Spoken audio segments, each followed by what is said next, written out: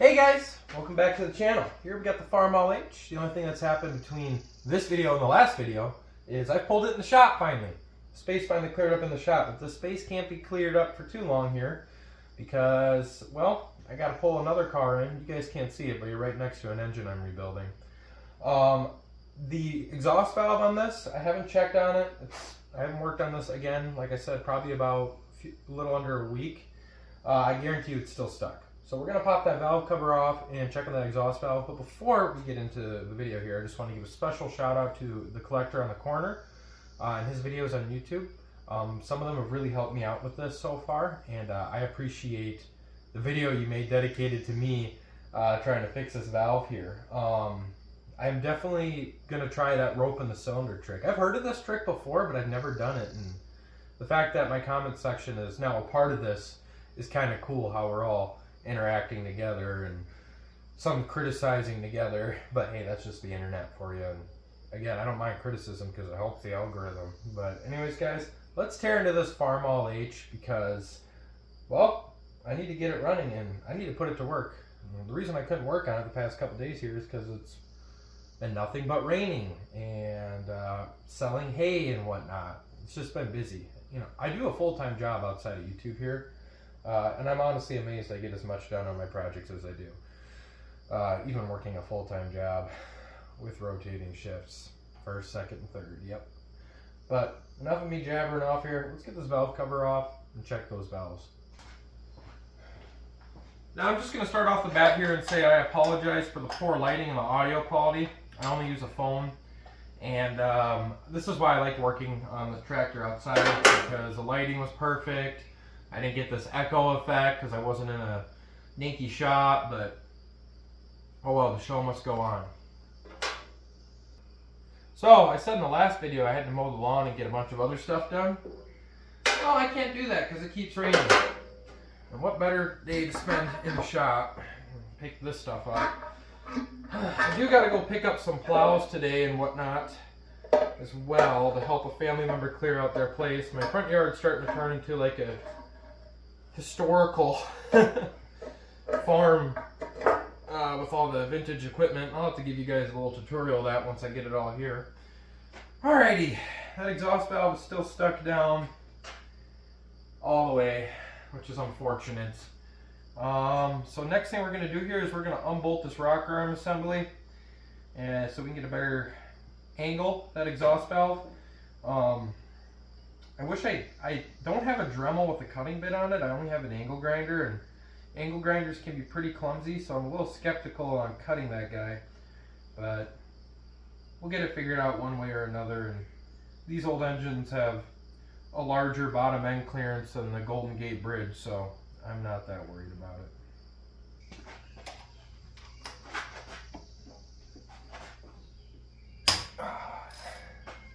I'm probably the first person to crack that loose in this millennia.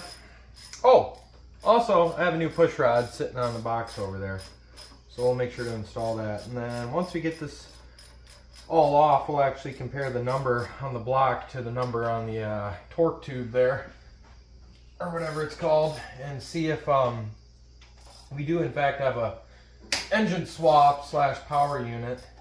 I know a lot of y'all are saying that this is a power unit because of this dipstick. Excuse me. I guess I'm not familiar enough with these tractors to compare one to the other yet, but I will definitely take your word for it. Also, one of y'all were thinking it was a demonstrator, judging by, well, the white paint that's under the red paint here. And that could very well be true, but from my understanding, there was no Farmall H demonstrators unless the dealerships did it themselves. But there were none from the factory. But this definitely could have been painted as a demonstrator once, or at least a fake one. I think I'm going to leave it the Farmall red, just because I kind of like keeping it the way it should be, at least. But no disrespect to anyone that paints theirs white. I mean, there's one thing that's repetitive at a lot of shows is, well, I'm going to be honest, every tractor looks the same, you know, but which isn't a bad thing. It isn't. You know, it's not like going to like a muscle car show and every build's a little bit different, or me being a Japanese car guy as well. I mean, those builds can get really creative. But no disrespect. And these things are old tools and they're meant to work.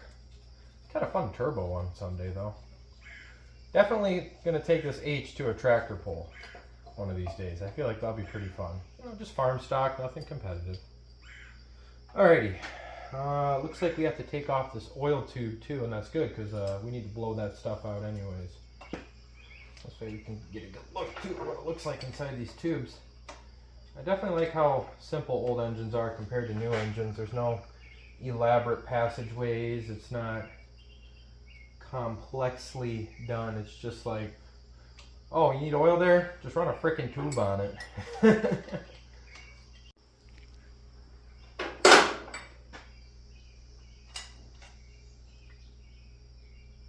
There we have it. I got a question for you guys. Is there supposed to be a hole on top here? There's a hole there. Interesting. Looking in this tube first glance, looks fine. Oh wow, those actually seal with a ferrule, not a tapered surface. Interesting. We'll take a look down these pipes and blow them out later. But for now, I'm just going to keep hustling away out of here. Pop up these rocker arms. Very carefully, not to bend this tube here. There we have it. Kind of feel these out too, make sure there's not a lot of scoring in them, because a lot of y'all are saying there's lower oil pressure in there than there should be. Oh, this is so nice too. They got little circlips on the corners to hold it all together. Sometimes when you take off rocker arms, you're just opening a can of worms, but you know, International knows how to make stuff. Or I should say new. Alrighty, and there we have it. Before I forget,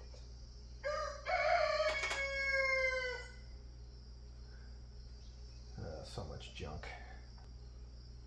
Okay, I don't think I have any Dremel bits, but I'll go look for one quick. Worst case scenario, I suppose we can use a angle grinder. I've just got to be very careful, especially considering this is a rotating exhaust valve thingamabobber, so this is kind of a special piece, or at least in my eyes it is. But either way, we'll get it to work. And you know what, guys? Just for giggles, let's see if this will pop on up. I mean, we're here to cut this off, but a guy might as well try at least once. So one of you guys had the great idea of putting a block underneath there so we can get more leverage on it. And I agree, that's a great idea.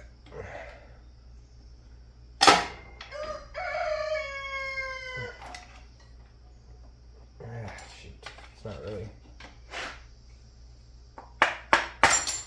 not really working out for a fella though. I guess I can wedge on that nut. Oh! I guess we're not cutting anything. Shout out to whoever's idea that was. That being said, I'm gonna soak the heck out of this with some PB Blaster. And if you look at that, that nut hasn't, or that valve still hasn't come all the way up yet. So I think what we're gonna do here is I'm gonna go back to Uncle Collector's idea. Now that we got some spring space, I'm gonna put the socket on here, hammer on down, get those keepers on out, and yeah, it'll be pretty good. I'm gonna see if I can pry it up a little bit more though, just so we can get a little bit more room. I don't know if we have enough clearance yet to get those down enough to get those keepers out of their reliefs.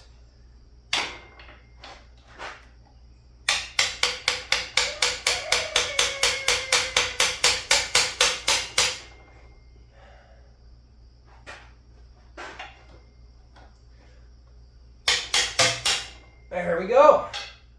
I love it when a good plan comes together.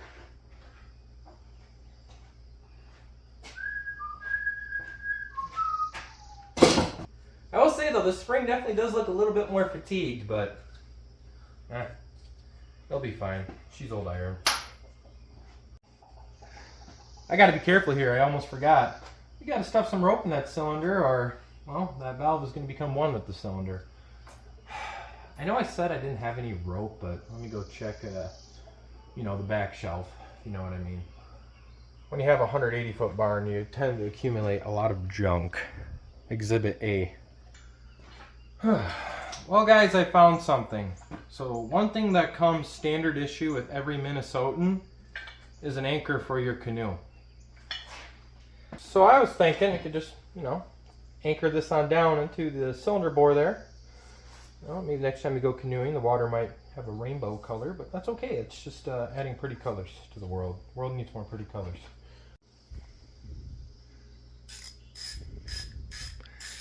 All right, got my 7/8 socket wrench. This one I actually had to grind down around it, otherwise it wouldn't fit on the spark plugs on my 504. It's really weird how tight it is in between some of these cylinders. It's like they made the casting on my 504 cylinder head a little too tight, and that's a C153. And yeah, speaking, we got to see if this is the C152 or C164 engine. Just got to set this cylinder here to top dead center. Put my thumb on there and feel for pressure. I know there's a lot of tricks to doing this. I like opting for the screwdriver trick. I'm not that worried about scratching up the cylinder wall. There it is.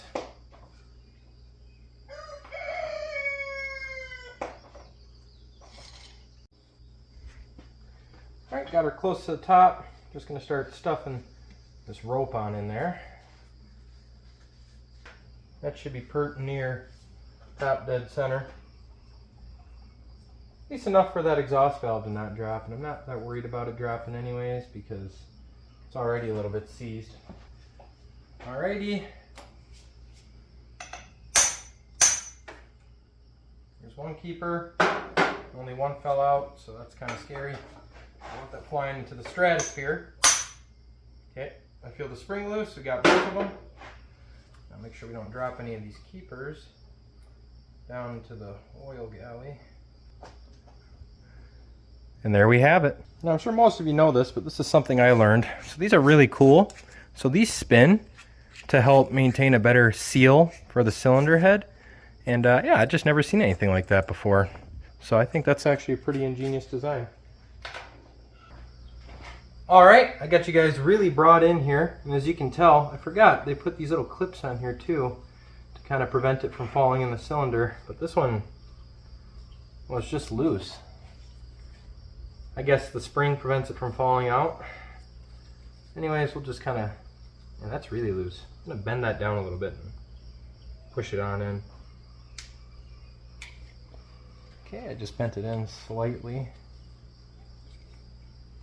There we are, that's a lot better. Okay, but as you can see here, she is taut.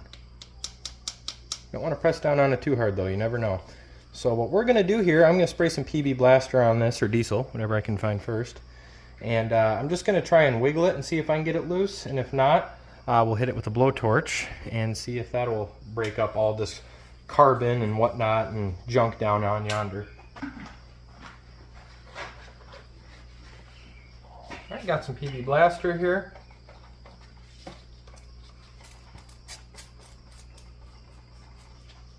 Nice and soaked up.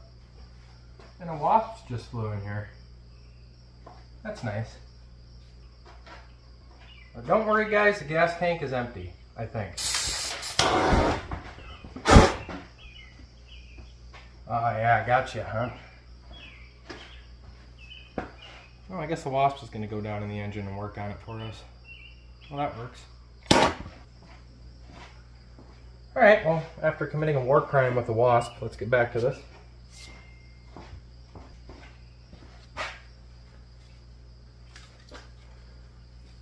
Alrighty. Might just have to go raw metal on metal in case this can't bite up good enough. This goes against my better judgment, but also it'll be fine.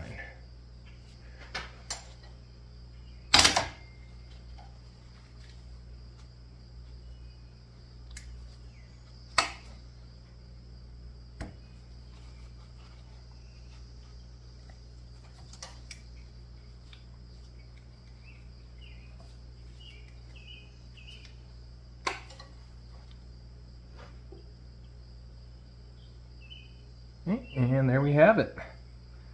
That valve is loose. Awesome. It doesn't really want to go up or down. down. So what I'm going to do is I'm just going to keep spraying it here, hit it with some WD-42 and see if that'll bring her around. Well, on second thought, the reason why it doesn't want to move up and down is probably because there's all that rope in the cylinder there, but that's okay. Just going to get this nice and lubricated up first, right in the keeper there. Give her some good turnage. After all, it is supposed to spin.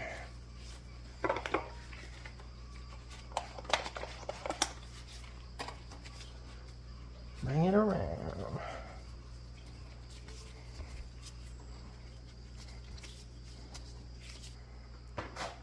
Now, how much rope was in the cylinder? All of it. And again, we got this little clip here, so I'm not worried about it falling on down in. Well, she is still a little stuck. So maybe we will have to hit it with some heat to break up the carbon or whatever's stuck in between there. Oh, it's going up and down a little bit now.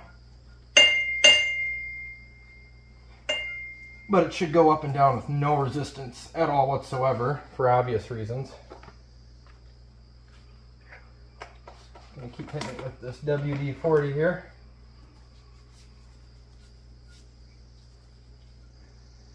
Okay, it is moving a lot freer. This is good. Might actually get this to fire up and run on all cylinders for once.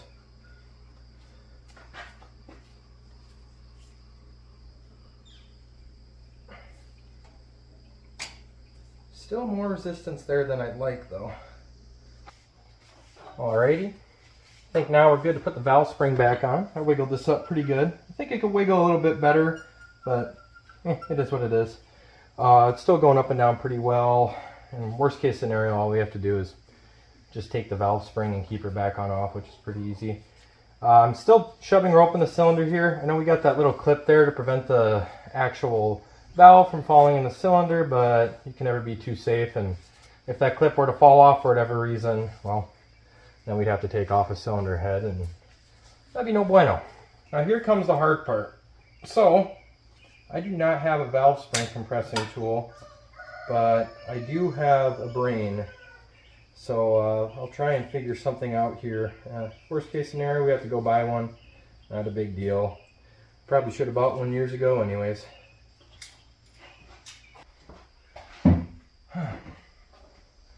Alright, got my valve spring compressor tool, also known as just me pushing down on it. Got the keeper here.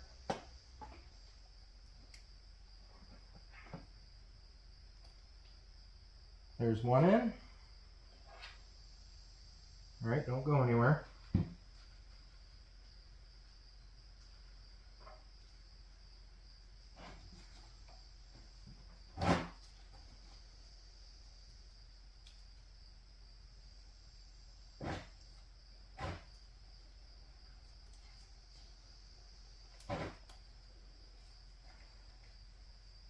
There's the other one that's in. Perfect.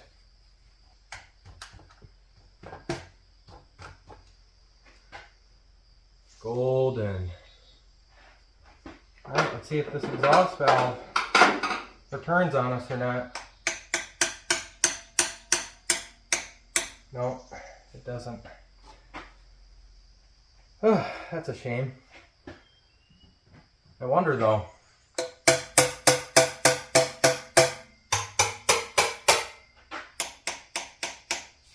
I think that valve spring is compromised because, well, I don't know. I mean, they're pretty weak little things. Okay, I guess we'll hit it with some heat. See if we can clear up any more of that carbon that's in there. Well, folks, I'm going to hit this with a little heat. I'm going to clean everything in the surrounding area so I don't burn my shop down. But I think we'll be good otherwise. Yeah, we're just going to keep on cleaning this keeper. Eventually this exhaust valve should just drop into the cylinder once the clearance is open by, oh, I don't know, a couple thou or whatever, but until then, let's get to it.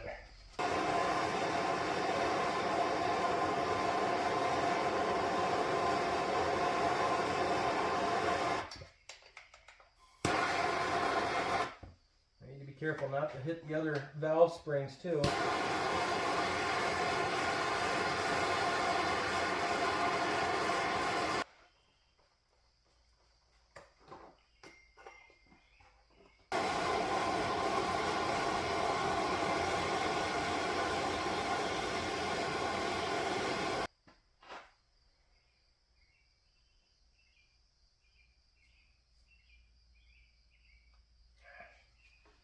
All it's doing is heating up that valve. Well guys, I'm kind of stuck at a crossroads here. For the life of me, I cannot get this to really loosen up and go up and down anymore, which I think is fine. I think it's just a valve spring that's actually giving us grief. But it is going up and down. When I hit it with the torch, I try to just hit the keeper here. Not the keeper, the valve guide, but all that heat just goes straight to the valve and the valve seizes up.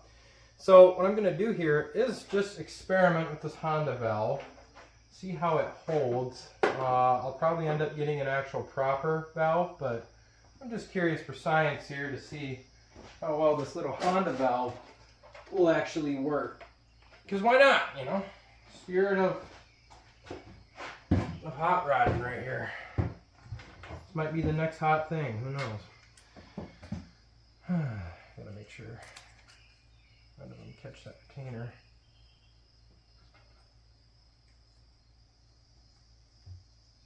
No, that ain't gonna work. Just judging by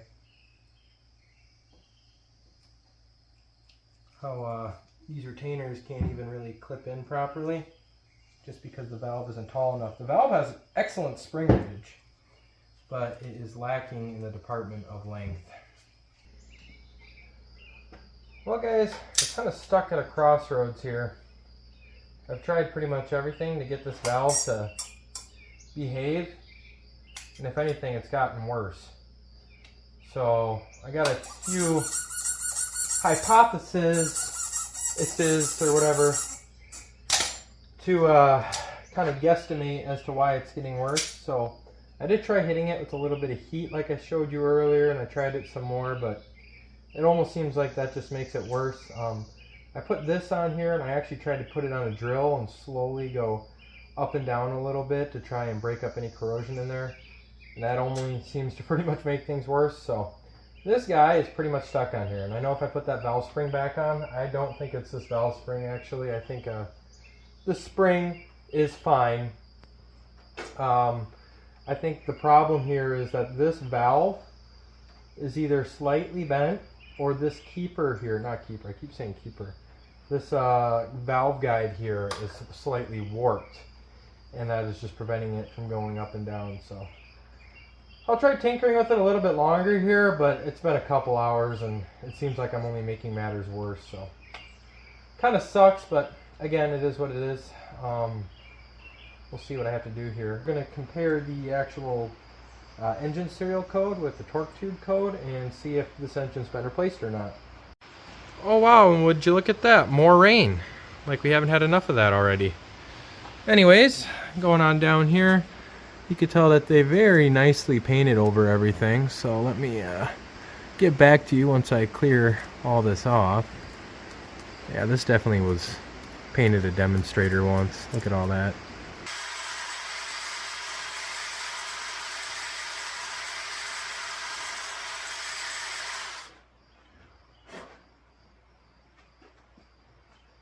Alrighty, so there's an X1 stamp there.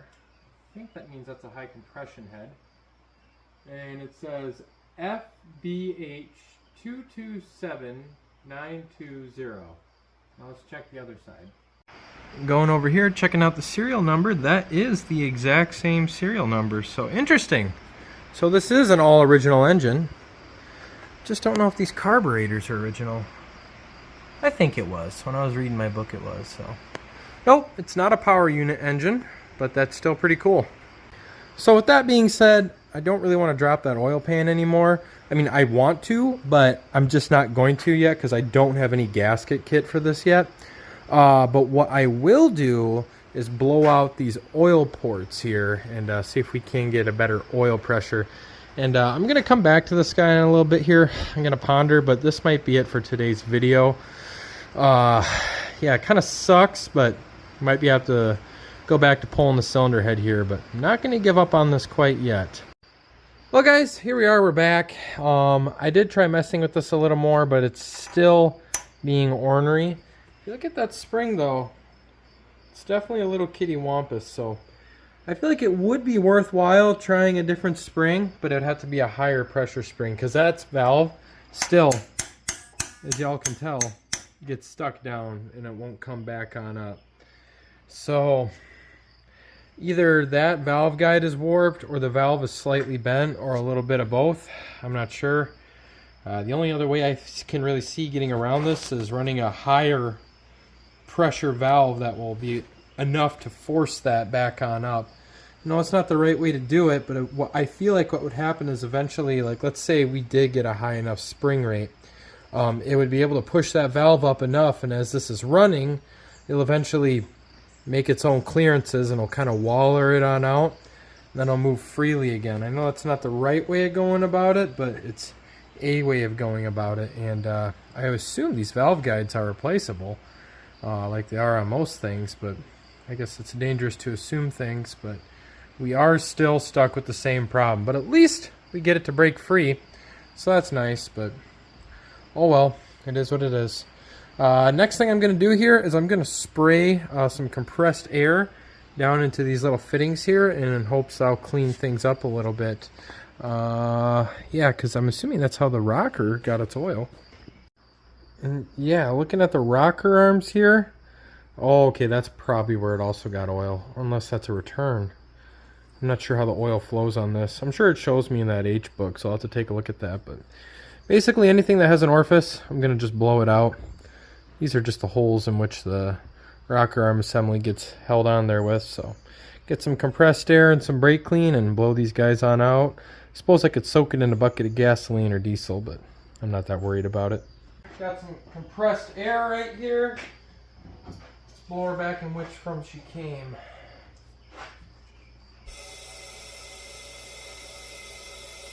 Okay, I didn't hear any chunks flying anywhere. Didn't feel any resistance. Oh, Atlanta.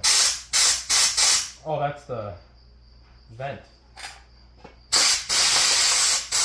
Or part of the vent. Rocker arms here.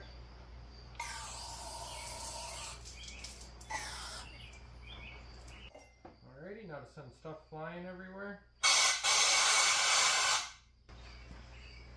Now, I am not going to pop off the oil pan in this video, just because the video is starting to get kind of winded. But I am going to just finish cleaning up the surface here where all this junk got up there. Like, look at all that. That's just grody. Lord knows how much fell in the engine, but I think it'll be fine. What oil do you guys run in yours? I am really heavily considering on just buying a 5-gallon bucket SAE 30. Lord knows that my 504 needs it. And I know that's what these kind of called for back in the day. I know oil technology has changed. The only oil I have in bulk at the moment is 1540. I know this will run on it just fine, but I really think I should run SAE 30 in all my equipment for the most part. But I don't know what you guys run in yours. And there we have it. Just briefly wiped it up. There's still paint chips and whatnot up here, but I think I'm going to have to end up taking the cylinder head off, and well, then I can really give it a deep clean then. But I was looking at this here. So this is where the rocker arm returns. Gosh, that's a lot of paint chips. But this is where those that little oil tube that comes off the rocker arm returns, and it looks like a little orifice. So my guess is oil somehow gets in those rockers and then returns here, but this orifice kind of restricts it, kind of like, you know, on a turbo. So it kind of helps keep oil up in those rockers there. We'll see though. I'm going to go grab my book and see if I can learn the oiling diagram on this. But before I forget, even though let's be real here, probably going to have to take off the cylinder head. I might try a higher tension spring. Still not sure on that. Let me know what you guys think in the comments below. But before we go here, I am going to drop a push rod in there before I forget. Brand new push rod right here. Let's take out one of the old push rods. Just make sure that it's the same length. Oh yeah, that's the exact same length. Yep, I'd say they're about the same length. At first glance, it looks like the bottom one, the new one's a little longer, and I'm sure technically it is because it's brand new and hasn't worn down a couple thousandths on the end, but it's actually just that the ends here are different. You see how this end's more of a ball, this end's more convex? I'm guessing this one originally looked like that, but once it spins on there for, you know, like 76 years or whatever, that's what ends up happening, but I'm not concerned about it. I think they both look about the same. And the nice thing about these rocker arms here, oh, well, it's off, but they're adjustable, so there's some give and take in her. But we'll drop that guy on down in there, and it could be at home with its other buddies. All right, I grabbed the Holy Bible of Farmall H. Let's see if we can find what we need in here. Yep, figured I'd find it. So the way that this works is actually very interesting. So that hole on the top there was actually where it feeds, so I kind of back flushed it, so whoops, my bad, but next time we run it, it'll hopefully free it up and push it all out. But I think I am going to pull this oil pan off. So that little orifice hole right there has oil come in, feed through here. This is going around the camshaft bearing. It's going in, it feeds through here, and then it feeds that lever shaft. And then it kind of just seeps around the rocker arms and then returns to the crankcase, I assume, through the holes that the push rods go through. And of course, these are pressurized bearings too, so that's where it's getting all of its oil right there. And then here's the other view of how it goes through the crankshaft and the gears in the front and whatnot. But so yeah, oil enters through that top little orifice hole there that isn't a return. And actually on the other page, I was able to answer my own question. So right here, this is only a crankcase breather. Looks like it doesn't go through anything else. So that tube that runs across, I guess it comes from, you know, the crankcase here and goes across and then down into here. But that tube had a hole drilled in it for some reason. So I don't know if that's to let pressure not only from the crankcase but also in the valve cover get into this tube and then breathe into the intake. I'm not sure.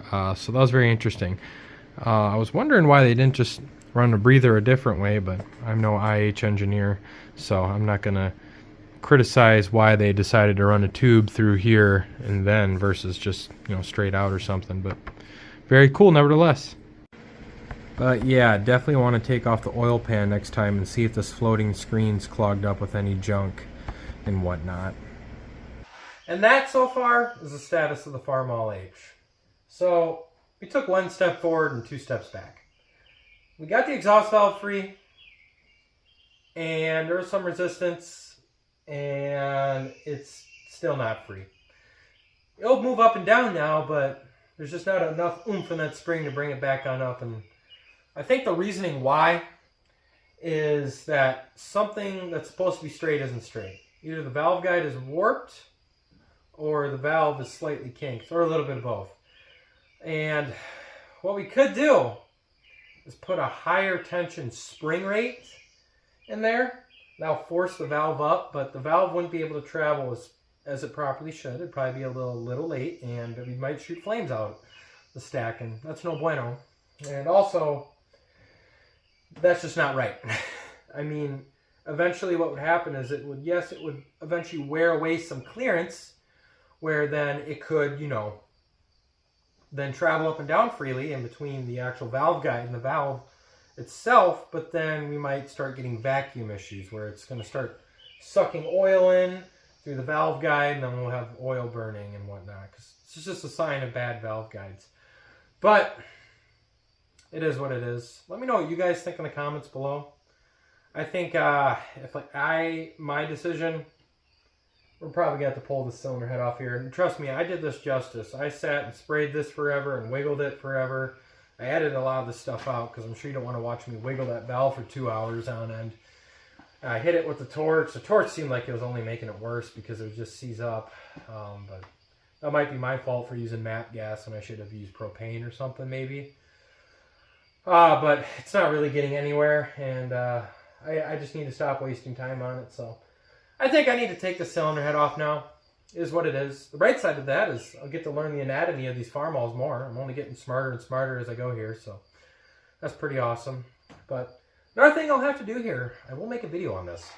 We will drop that oil pan because I do want to see how that pickup looks down there, and I will properly spray out these passages. This still needs an oil filter and an O-ring, and it might need a base gasket. This thing still needs a lot of work. Fortunately, the rear end, the differential, and the gearbox, that's fine. I looked through it with a fine-tooth comb. There's no issues with it. The only problem we have is the detent ball spring on the platform is broken. I need to buy a new one. They're like $4 from Case IH. There's a Case IH dealer just down the road from me. Not a big deal. So that's the current status on the Farmall H. Now, in between this video and the last one, I did pick up another project, but I told myself it'd just be a lawn ornament. Well, me being me, I mess with it a little bit, and let's just say we might have another running tractor here sooner than later. I will post a video on that, but I want to post this H first here because I'm about making progress and not, doing a bunch of projects, but not getting anywhere. So I appreciate you guys watching the video. It really means a lot to me. Like I said, this channel has just grown exponentially ever since I started doing tractor stuff. Still gonna do other stuff. I mean, tractors aren't the only thing I do. I'm also a Honda guy, as well as a Ford guy, but no one can be perfect, right? But yeah, so I appreciate you guys watching the video. If you liked it, please drop a like. If you disliked it, drop a dislike. Won't hurt my feelings. And drop in the comments below what you would have done differently, or if you think I'm going the right way. I'm a stranger to working on this vintage stuff, and I appreciate all your guys' comments. I have the confidence that I can keep going forward here and making progress, but it's always good asking some older folks, or folks with at least with more experience than you, their experience with it, because you can learn from their mistakes, so you don't make the same mistakes. Or if you're me, make the same mistakes anyways, but at least be kind of smarter. Or I'd be dumber if I knew better. I don't know. They say that repetition is the definition of insanity, right? I digress. I appreciate you guys watching the video. Please drop a like, comment, and subscribe. And share the video to people to kind of make fun of me. Like, look at this idiot. And I appreciate you guys watching, and have a good one. Bye-bye. Man, I said, I appreciate you guys watching 4 times in a row. I got to get better at these outros.